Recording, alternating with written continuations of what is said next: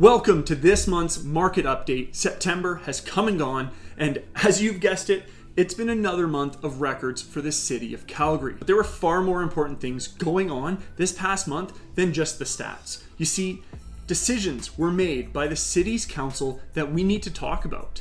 This update, it's about more than just record sales and where prices are at. This is about the potential future of housing in Calgary.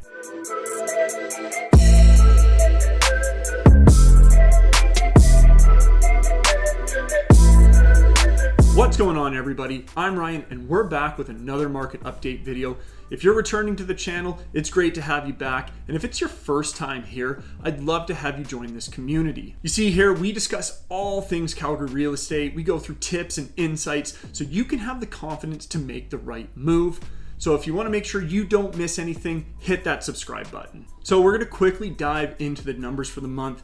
I'm not going to spend too much time on this as things have stayed relatively the same as the past few months. So yes, we saw another record month for sales in the month of September. We had 2,441 sales this month, which continues the ongoing trend of 5 months in a row with new records. We are still behind last year in terms of overall sales volume because things were so slow at the start of the year, but things really ramped up over the spring and they haven't slowed down at all since. Moving forward, I think this is going to continue to be the story for the remainder of the year. So many people are seizing the buying opportunities available in Calgary, and more specifically, they're really going after those affordable condos that are available. Condo sales are strong, up nearly 60% compared to last year's September, and overall, sales are up 25% year to date, and it's a new record for sales volume. Thankfully, we have also seen the number of new listings elevate in this sector. Conditions are still relatively tight with about 76% of new listings selling every month, but with more product available, buyers actually feel like they have a choice, which is a very rare thing considering what's going on in our detached and semi-detached sectors. Now, even though new listings are doing their best to keep up with the pace of sales, condo prices are soaring. Prices have hit a new all-time high of $312,800. That's up nearly 15% from last year. A key thing to note about Calgary condo prices is what it's looked like over the past decade. You hear prices are up 15%, and you might think that's unsustainable, that this is Toronto 2.0, but we have to remember that prices have been pummeled twice over the past decade due to economic factors and oil prices. Remember that just this year, we finally saw condo prices recover to their 2014 all-time highs. Nearly a decade later, we're back to where we were.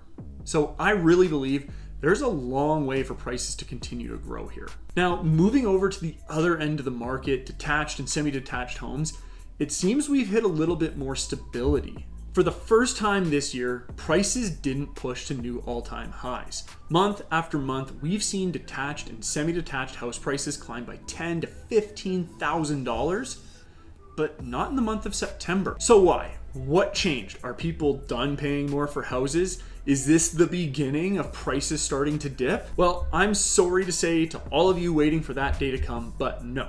This is not the beginning of the price decline in Calgary. This small dip in prices, according to the Calgary Real Estate Board, is a response to a price adjustment in the northwest and west parts of Calgary. These two areas see some of the highest volume of higher price sales, specifically in that $700,000 to $1 million price point.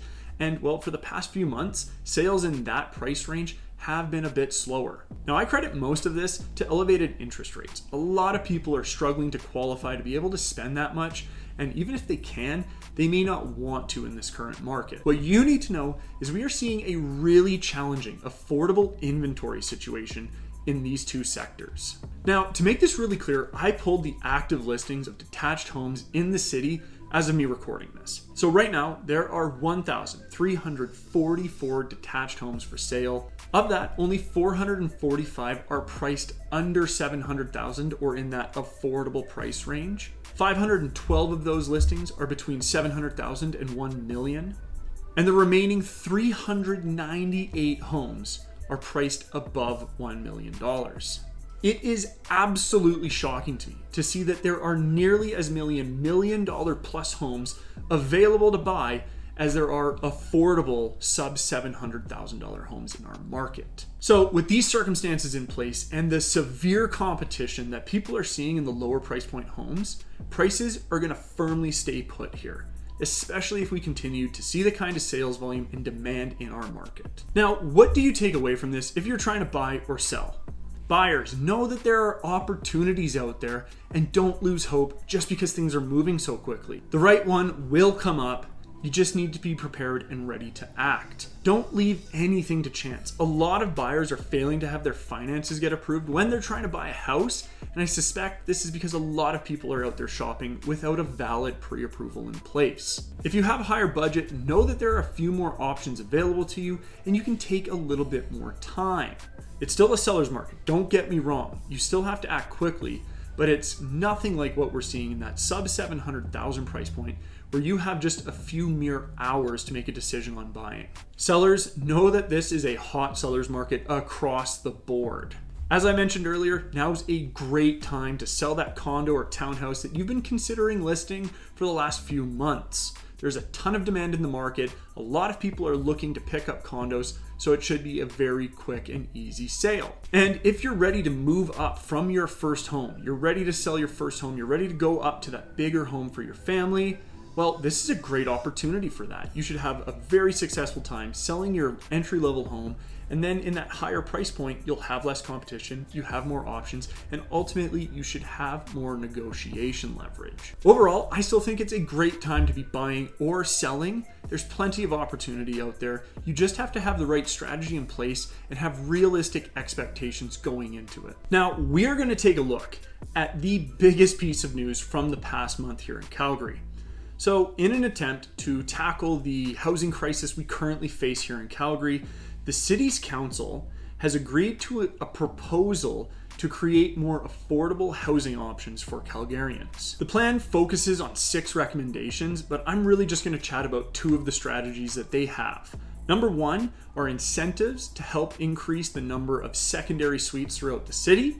And 2, and by far the most controversial, is the blanket rezoning of residential land in Calgary to allow for duplexes and townhouses to be built. So let's break these down. We're going to start with the rezoning because I think it's the hotter topic and it has the biggest impact on the city. So what this proposal aims to do is rezone all residential land in Calgary to RCG zoning. This zoning allows for duplexes and townhouses to be built on those lots. This is a common rezoning application. And it's very popular in a lot of the inner city communities where infills are very popular. Now, why is this so significant? Well, you see, nearly 60% of all Calgary residential lots are currently zoned for just single family homes. And if you were to go and drive through many communities throughout Calgary, you would notice that many of them are almost exclusively single family home communities. And this is where a lot of concern and pushback is rising up from citizens. Some homeowners don't want to see duplexes and townhouses coming into their communities. They've invested into these areas for specific reasons, and frankly, they're opposed to changing that.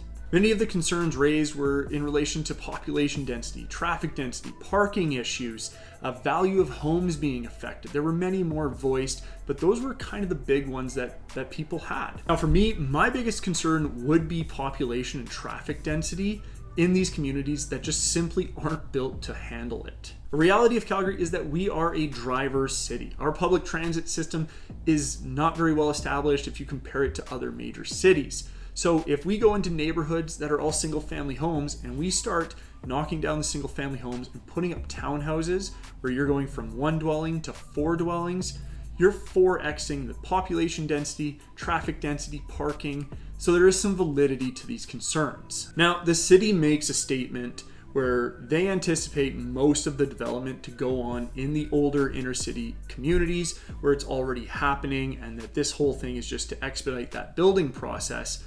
But the reality here is it does open the door on somebody building townhouses in new communities where this isn't a thing yet. Now, on the other side of the argument, this plan opens up the possibility of more livable spaces at potentially more affordable prices. Now, I use the word potentially because my other big concern with this is the current cost of new construction homes. This strategy would involve tearing down cheaper old houses and replacing them with very expensive new houses. The cost of construction is still crazy high. Your average price point for a new build townhouse can be anywhere from about mid 400s to mid 500s. And if we're talking about duplexes, at the very least, they're starting in the 700,000s. None of those are very affordable options if you ask me. Now, there is a lot more to unpack with this plan, a lot more detail, a lot more nuance. So I'm going to be making a video where I dive into all the details on this specifically. So keep an eye out for that video. Make sure you subscribe so you don't miss it. Now, next up is the inclusion of these new incentives to help promote the creation of more secondary suites. So the goal here is to create 400 new secondary suites across the city of Calgary by providing an incentive program where people can get up to $10,000. This is a great proposal overall because it doesn't just focus on basement suites. It opens the door for homeowners to take on a project and create a income generating suite on their property. You could do a carriage suite, you could convert your illegal basement suite to legal, you could just build a basement suite in if you wanted to. There's a lot of options available here, and hopefully if people take advantage of this program, it'll increase the number of rentals in the city and hopefully bring rent rates back down to earth. So that's this month's update for you. Some huge proposed changes are coming to Calgary soon. What the impact of these changes is going to be is hard to say until the plans are a lot more concrete. So if you want to know more about these, make sure you subscribe to the channel so you don't miss that next video coming out. And until next time, we're out.